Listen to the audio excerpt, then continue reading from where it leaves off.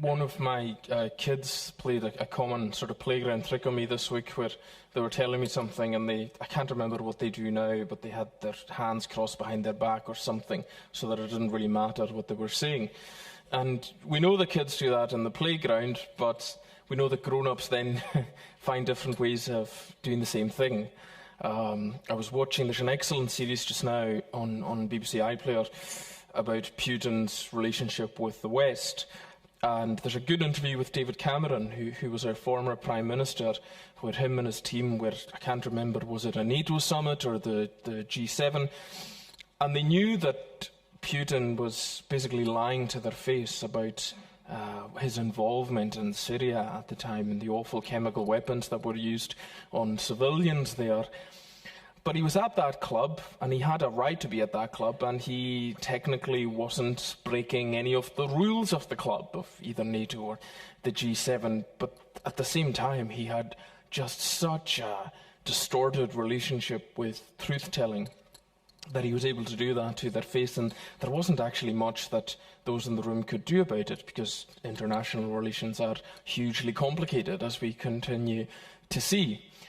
What does that have to do with the Sermon on the Mount? Well, over the many years of hundreds of years of tradition that had built up on top of the law, as it was originally given in the Old Testament, a few distortions had come in from what God's intention for the law was. It was essentially a way to show reverence and love to God and to build a healthy and a whole community. And so Jesus comes along and sees the state of it, in many ways, of what it's been made into, the kinds of things that it started to justify.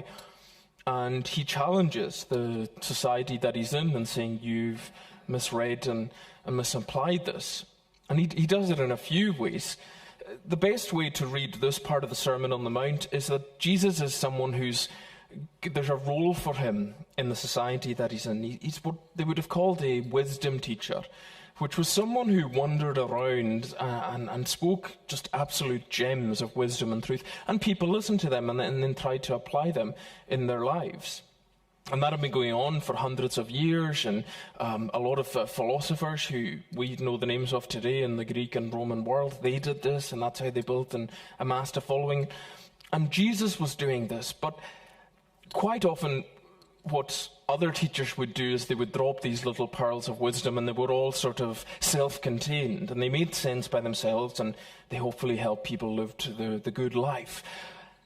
All of Jesus's here are connected back to the Old Testament law, so he's not just making it up out of nowhere, but also I hope that you'll see with me that as much as sometimes the Sermon on the Mount can feel like a separate string of pearls of things you ought to do and ought not to do, there's actually a really nice unity to the whole thing. He really is threading together and building a case for this is what loving God and loving others really looks like. And it's far harder and far more demanding than you ever imagined. It goes way beyond even the strictest application of the law. The Pharisees, if you like, those who were involved in professionally teaching the law, the theologians of the day, I said last week they'd codified the law into roughly 613 or so commandments. But what I didn't say last week is what they'd done as well is they added a whole bunch of what they called emendations. Okay, now there was about 1,000 of them. That was things that they couldn't tie to any biblical text, but they said you really ought to do these things to kind of keep you definitely on the right side of the fence of the law. And Jesus comes and he just blasts through all of that, because what he's actually saying to them is, see your laws that you figured out and then the emendations that you've added to it, you are still finding a way through all of that to miss the point of the law and to actually not even really keep it in the spirit of it. So in today's passage, we're going to look at a couple of very kind of personal, private commandments that he's saying your religious leaders have not really helped you keep very well. Then slightly more public, so that would be the murder and the lust, and then slightly more public ones, the divorces and the oaths, and then pulling it all together in terms of what the law looks like society-wide when you're actually keeping it. And I promise you, there is a unity to all those things. And Jesus masterfully is putting these together from the law for a very good reason. I'm not going to spend much time on any one of them, because I think there is a power to the Sermon of the Mount when we see the big picture and the way Jesus has put all these things together to make a point. It's worth saying as well that Jesus as a teacher is a really good illustrator. So the Sermon on the Mount, these little parts of it are often in church history. They've been taken and read very literally, as if Jesus is giving an exhaustive treatment of the law, and he isn't. There's about 6 examples here.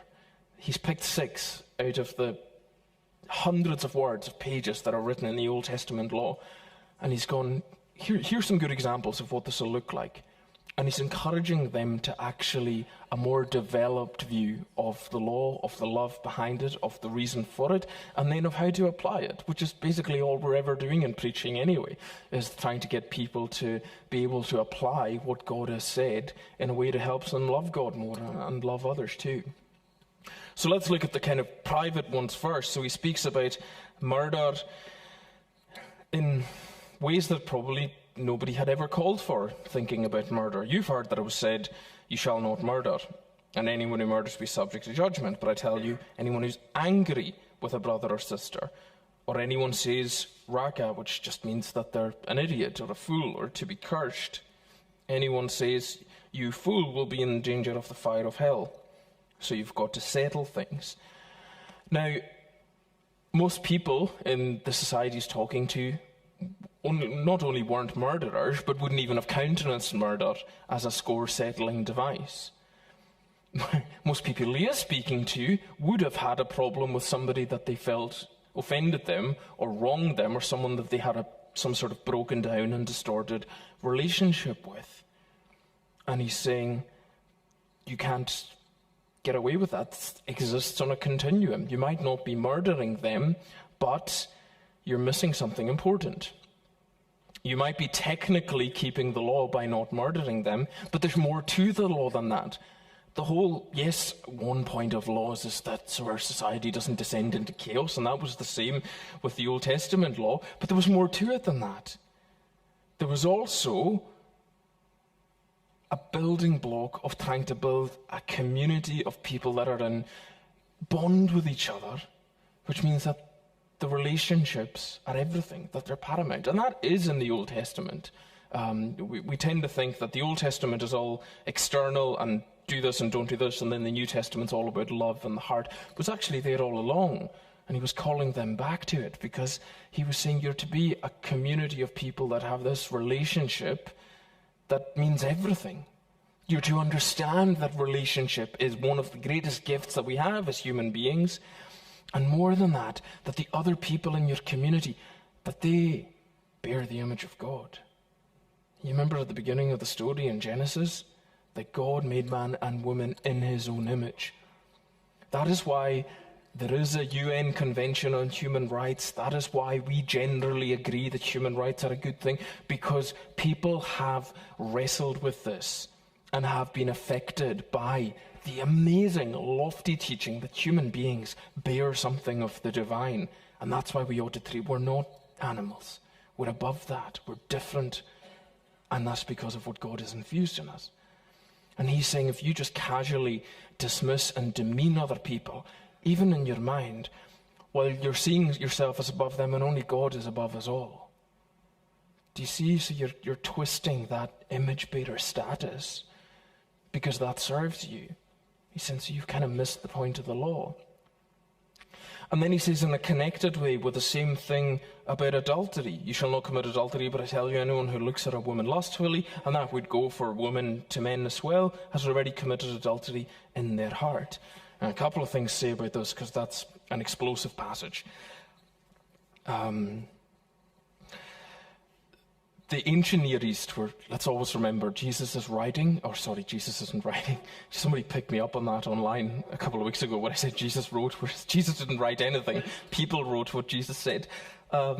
Jesus is speaking into a really specific culture. It's an ancient Near Eastern culture. There is this shame-honor thing which you can still find in the Middle East today. Our society operates more on, if you like, social credit and capital, whereas theirs is shame and honour. Most people did not commit adultery because of that shame-honour thing. And so it's not, if you like, a huge, widespread problem. But most people also wouldn't have thought that this was adultery. That, the thought and the intention behind the heart. And what Jesus is trying to get across to them is, it's the same problem as the murder thing. You might not go and commit adultery with someone that isn't your spouse because you're worried about the societal implications. But you will still, in your mind, abuse and use that person, and you will degrade their status as an image bearer. See, it's actually about more than sexuality, and it's bigger than that. It's similar to the murder thing. They are a divine image bearer of God, but for your purposes, in your mind, you would just like to use them as something that is a bit more animalistic and completely misses the point of the fact that they're in your community, and they should be seen with that kind of honour and dignity. Now, this verse has been abused a lot. All sins are not equal. The great St. Anselm of Canterbury, who was an 11th century theologian, he, in the Protestant world, he undergirds our kind of view that he said that any sin is a direct assault on the majesty of God. Now, that might be true, but that does not mean that all sins. So, of course, the destruction that comes from adultery and the fact it often shreds a home and causes wider societal, of course, that's different from a thought and an intention. But Jesus isn't here trying to say, well, actually, they should all have the exact same or they do all have the exact same concept. Remember, he's illustrating. He's picking a bunch of different examples to get to the same point, to say, you've misunderstood the point of the law. It doesn't matter if you technically get it right. There's more to just being technically right. There's this issue of others being image bearers of God, and you're supposed to be in this connected covenant relationship with them. And that goes into the really public ones, divorce. Anyone who divorces his wife must give a certificate. Now, there's provisions for divorce in the Old Testament, and Jesus tussles with the Pharisees over this, or is it the Sadducees? I can't remember, later on in the Gospels. But I tell you, anyone who divorces his wife, except for sexual immorality, makes her the victim of adultery. And anyone who marries a divorced woman commits adultery. This is not going to be a sermon on divorce. I don't have the time, given what we're trying to do today. It's far too big a topic. But there was a provision for it. Can you see what I'm going with? It's the same thing. He's saying you used that technicality in the law, and what was happening in this society was men were getting away with using the technicality to divorce women that they were fed up with. Okay? Now, what this is actually doing is giving protection to the weaker people in the society. The people, if a woman is divorced, she's got far less provision, she's got far less protection in the society, she's got far less rights. And what he is saying, you've got to stop that, because you're heaping up this injustice. You're treating women as less than image bearers of God with your technically finding a way in the law to do this and leaving them out on the scrap heap of society. So he's intensifying what the law says to give protection to those who are image bearers of God. Now, he does the same things with oaths. And I would say this is the most kind of cryptic and hardest to understand bit of the Sermon on the Mount. But I hope you'd agree that once we do the homework that it's really worth it, because this really blew my mind this week. So he said, you've heard that it was said, don't break your oath, but fulfill to the Lord your oaths that you've made. I'm telling you, don't swear an oath at all, by heaven, for it's God's throne, or by the earth, for it's his footstool. Okay, so you get the idea. Swearing's not, no, I don't mean swearing as in foul language, it's here meaning as in I swear on my mother's life kind of thing. And he's saying don't do that. Why? Again, the wrong way to understand what he's trying to do here is going, right, okay, well, we should just never swear by anything, and that's all he's asking for. No, he's saying, why is it a problem? It's the same thing. Now, right, so the Pharisees had codified this thing where, and you can read about this later on in the Gospels, where they'd read in Leviticus 19 that you cannot swear by God's name at all, right? So there were certain items in the temple that they said it's okay to swear by sort of the food of the altar. That's okay, but not another part. It's a bit too close to kind of God's name, which seems absurd and ridiculous to us. But they were finding loopholes and ways around things. And people still do that in our society, particularly in government and legislative practice. Loopholes are a huge industry, particularly when it comes to paying tax. So they were doing an ancient version of that, but with their religion, and saying, oh, this is fine. This is according to the law. We're on the right side of the law here. And he's saying, that's not the point. Why would people swear an oath? In this society, it was common for them to swear an oath to try and seem more convincing, to give a bit more authority to their weight and authority and weight to their argument. So it was very common for them to be in a conversation with someone, and the person would say, did it really happen like that? And they would say, yes, I swear by the gold that's at the foot of the altar in the temple. Now, what's a real problem with that? They're in this relationship and conversation with another image bearer of God, and they are looking to manipulate their thoughts and their beliefs in a way that serves themselves. So they're actually kind of almost trying to bend reality. They're telling the story or engaged in a conversation in a way that makes them look the best possible way, and they're invoking things in creation to do it. And Jesus is saying, stop using the stuff in creation to do that. I don't care whether it's the sky or the earth, or the whole point is, it's all of God's creation, so all of it is sacred in a way, in terms of you shouldn't use it for this. It doesn't matter whether it's a bit of the temple or not. Stop doing that. Because you're bending reality in a way to suit yourself. You're not giving the people you're in a conversation with the dignity that they are owed as image bearers of God. And you're pulling the wool over their eyes. Or, to put it in our modern terms, spin.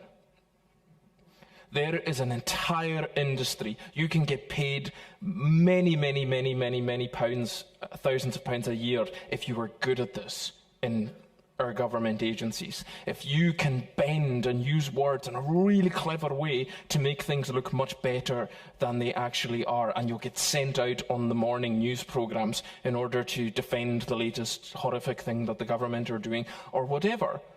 But then we do this privately as well still. We retell stories in a way that maybe make us look not as bad, or give us the best possible light. And Jesus is saying, if you're in this covenant community, if you're going to be one of my followers and one of my disciples, that you should be so whole. You should be conducting yourself in such a way that you don't need to do any of that. You don't need to manipulate the way. You don't need to make things look better than they actually are. You can just say, well, particularly when you get it wrong, you can just say, you know what, I got that wrong. I'm sorry. You can say, this is the way things happened, or this is the way things actually are. Because you're living in a way that loves and supports and wants the best for the other image bearers of God that you're connected to. And you're also just living your life before God for his pleasure. So there's no need to do all these really creative things with language with other people. I hope you found that thing on oaths as interesting as I did, because I'd never seen that before, that it's about trying to bend reality and language in a way that pulls the wool over other people's eyes. And he's saying that shouldn't have any place in, certainly shouldn't have any place in church, in a community of people who are trying to honor and love and follow God. What would that look like in church? Well, maybe where the church has got a toxic culture at the center of it, and I'm not for a minute suggesting that's our situation or story here, but it has happened, and you see it, and people are leaving in their droves, and there's a conveyor belt of people coming and going, and the church, either the minister or the leadership, will say, oh, God's calling people onto something else continually, all the time. Not really. There's just huge problems there. Same in a workplace, Oh, we have a really fast-paced, dynamic environment at this workplace. No, it's just toxic, and people get out while they still can. There should be no need to do it. And as God's people, we should be the most radically honest and transparent, and all the good things, anything we have that's honest and transparent, they're in line with Jesus' sort of radical teaching, that Just let your yes be your yes and your no be your no. And that's something that's still relevant for our world. And then he intensifies it to the kind of societal level. You've heard that it was said, eye for eye and tooth for tooth, which is in the Old Testament. In the Old Testament, that was, again, we have this view of, well, the Old Testament's, God was quite retributive and angry, so he allowed people to settle scores. That was there so that people wouldn't go on rampages of settling scores, that there would be some limitation and keeping a lid on the societal anger and vengeance. But I tell you, don't resist an evil person. If anyone slaps you on the right cheek, turn to them the other cheek also. If anyone wants you to sue you and take your shirt, hand over your coat also. And I'm going to tie this together with what he says about love for enemies, because he says, you've heard that it was said, love your neighbour and hate your enemy. Now, where is that in the Old Testament? You can't find that. Love your neighbour is in Leviticus and Deuteronomy. Hate your enemies isn't there. Emendation, something else that had been added over time. And he's saying that's nonsense. That's not what any of this is about. But I tell you, love your enemies. Pray for those who persecute you. He causes his sun to rise on the evil and the good, and sends rays on the righteous and the unrighteous. And what reward will you get if you love even those who love you? There's a fallacy with this that's picked up on, and that's what I call the doormat fallacy. So often we read this and we interpret it as, okay, well, Jesus, the center of Jesus' teaching is we ought to just be very passive and doormats and lie down and let people walk all over us, and as if that's the sum total of what Christianity is, that kind of excessive meekness. It's actually not what he's saying or what's going on here at all. It's something even harder than that. It's something even more thoughtful than that. Now think about it. What's your normal responses if you're wronged, or particularly here in this context, if you're either physically assaulted or verbally or whatever? Well, for most of us, it's either to get back and get even, or perhaps to just lie down and take it. But there's something radical that he's calling them to do. You see, again, the world he's in and preaching to, all the people of Israel, they've been an occupied force for probably about 600 years between different empires. They've always had this presence of foreign soldiers, and it's very much fresh in their minds when they're thinking about, the people that oppress them are foreign soldiers.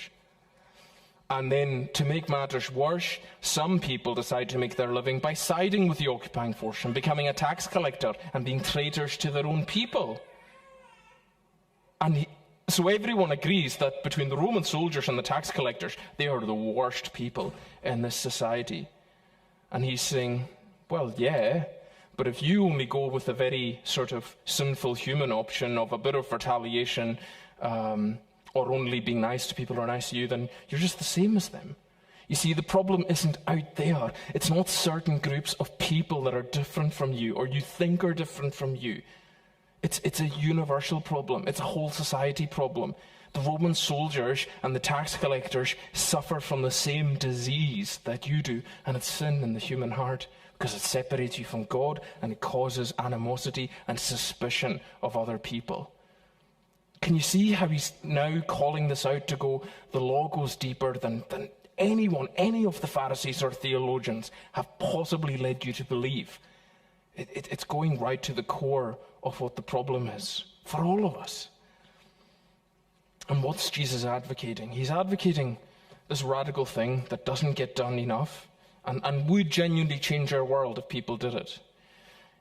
What he's saying is, if you're having a bad day and a tax collector is ripping you off, or the Roman soldier for no reason comes up and whacks you on, just because you're going about your day and he's got the power and he's got the uniform, then the turn of phrase that he uses is basically saying to them, engage with him. Engage with them. I think if this was being written today, a kind of paraphrase of it would be, if somebody, launches a verbal assault on you and is just furious, or if they physically assault you, whatever it is, I think a fair paraphrase would be, slow down and ask them how they are. Ask them, what's going on with you? Because his point is that you don't know what kind of oppression they're under. And if you and I just keep in this cycle of either smacking them back, or if we just kind of allow it to pass and have no response, then everything is just going to continue in this very destructive cycle. But he's saying the way to break into that is to go, and this is connected to everything else he said, they're an image bearer of God too. They might be a Roman soldier or tax collector. They might be someone who votes for a different party than us. They might be someone who we just can't stand. But they're an image bearer of God. God has formed them and brought them into this world. And maybe it's so that you could have this encounter with them. And some of you might have seen this in your own lives. I've definitely seen it.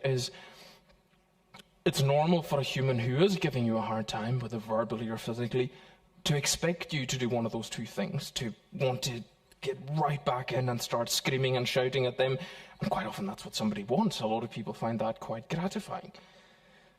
But if you slow down, you don't react like that, because you've got this poise, because you've got this connection to the living God, and you know that you're accepted by him, so you've got nothing to prove to this person, which is what Jesus is illustrating.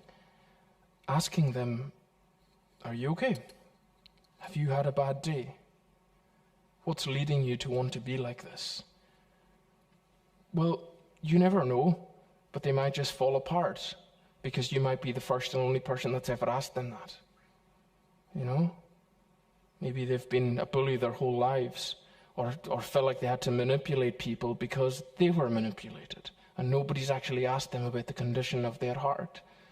I got to see this a few weeks ago. I was doing a Q&A thing online, and sometimes when you do that, people who are avowedly anti-religious and atheist will come on and will try to ridicule you and shame you for having the beliefs that you do. And, you know, I've got to when I was a much younger Christian, I would go toe-to-toe with them and be like, I'll prove to you that my beliefs are right. So I've mellowed out a bit since then. And I find this so powerful now. What I've seen this practice in my own life.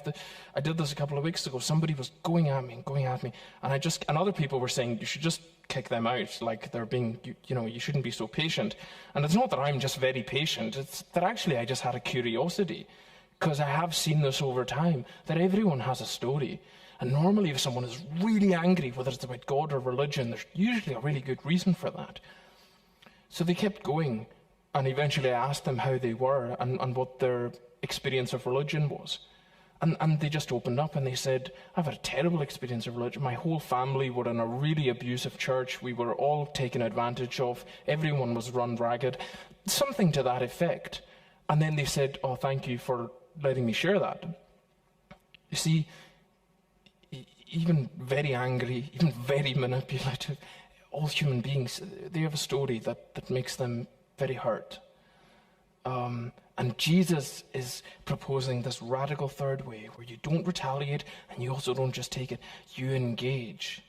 You go that other, it's in our that phrase is in our culture, going the extra mile. But what happens during that extra mile? If you go that extra mile, you might find out what they're like as a human being, and what gives them this real distortion of whether it's anger or abuse or oppression. And you might heal the world a little bit by doing that, because you might be the only person. So he's pulling all of this together and saying everyone is an image bearer of God, and technically following the law might be okay. Sometimes it's terrible, but it's not the point, because there's a much higher level of humanity that you can get to. There's something that's much more like the intention that God had for how we could be a community and a people when we ask, what's behind the law? And it's love. Now, you might be, I always say, if you're reading the Sermon on the Mount right, you get to a point where you're pretty devastated because you realize you don't do half of those things, even half well, and I'm there too. And we all have, we know what it is to bear grudges, and we know what it is to not think of others as highly as we ought to. And ultimately, that's why I started our service by reading from 1 John. I was speaking at the Guild this week, and that was the passage. We love God because he first loved us. All of this is impossible in and of ourselves and in our own strength. If it was possible, we wouldn't have needed Jesus to come and to say any of this and to bring up the issues of our hearts to the surface. But we did need it, and he did do it. And he's come, as John said, to offer himself as a sacrifice for all the times and the ways that we've got this wrong, so that we can know and own God's full forgiveness, and we can begin to respond in this way. And we can, and it's possible through the love of God. The degree to which you meditate and plant yourself in the fact that God has first loved us will be the degree to which you're able to give out this kind of Sermon on the Mount love to others. And maybe it's really practical for us. Maybe this is brought to aspects of our own heart where we think, I don't know if I am treating other people as real image bearers of God. Whether that is what he said, whether it's disregard through lust or hateful thoughts, or whether it's, thinking there are different classes of people in society that are really just the problem, and all of that, because Jesus challenges and corrects all of that. But when we reckon with the fact that they are image bearers of God, and that God hasn't given us this very technical document to just try and keep on the right side of, He's given us his Son. He's given us himself. He's not asking us to do anything he didn't do, because how did he show love? He literally laid down his life for his enemies. And he can give us the strength to do the same. At the center of the entire Christian story is the love of God, and how it's made manifest for us, how God showed up and put flesh and bones in it and showed us what it actually looks like. And the hope and the vision for the church, all churches and all times and places, any church, is that it becomes a community that looks like this. And that's not unrealistic. It's perfectly realistic, especially the degree to which we're realizing the way God has so extravagantly loved us. And beyond that, I think that once we become more aware of this and aware of the points in our own hearts that it operates at and challenges us and motivates us, then I think it's possible to do what Jesus is asking at the end, which is to make the world around us and lives around us that bit better, because we're not stuck in a cycle of retaliation. We are committed to just this radical truthfulness with ourselves and with God. This is the perfect blueprint for how to relate to God, with that sort of open channel honesty, but also then with wanting this honesty with others. I'm not just going to accept the cycle of conflict that you're bringing to my door. I'm maybe going to either remove myself from it, or I'm going to slow down and ask you, what is going on with you? Because I'm interested, because you're an image bearer, and I'm not just keeping a set of rules. I'm in a relationship with the God of heaven who has loved me this way and didn't just get into some retributive cycle with me. He actually loved me to the point of death. So I am so full of that love that I have the resources to be able to ask you what's going on with you. I'm being honest with you, friends, that still, because we don't see this operating anywhere near enough, and it still has the power to completely transform and change our world. And that's our hope this morning as we try and apply the Sermon on the Mount. May God bless his word to us. Amen.